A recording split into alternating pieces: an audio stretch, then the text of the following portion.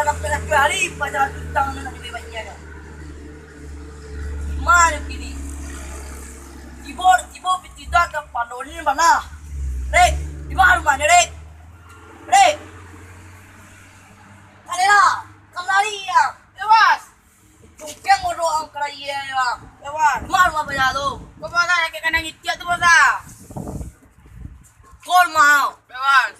Sila na. Lepas. Call mahal. Ibo pitida ka panonin ba na? Anti ka panonin. Yung malumahin magkahal mo ma. Yo, Rek! Barang di bos lah. Lah, lumayan na. Lah.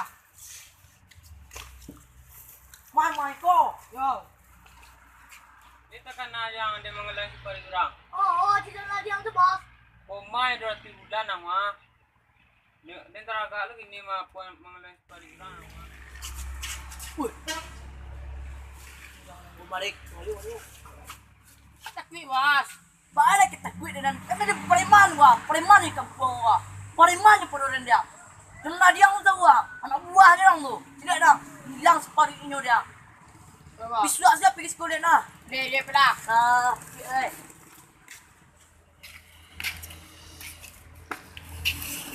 Iko ato ni. Barang di bos lah. Asal sembarang dia.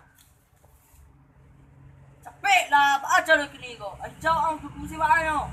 Itu dah bos. Ancak apa dua dah bos. Gitu. Kalau bos mati wak kemah. Lah. Ipaham ko.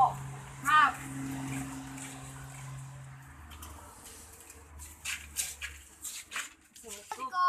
Minta utang lah. Bos, ada orang minta utang bos. Pitang inyo. Ni lama ke kiren. Kecil bos Den, dia lama dia angkat kakinya. Lagi, apa lagi di kalian? Apa lagi di dandang? Lama. Jangan deh. Kecil di kali udah lama bos.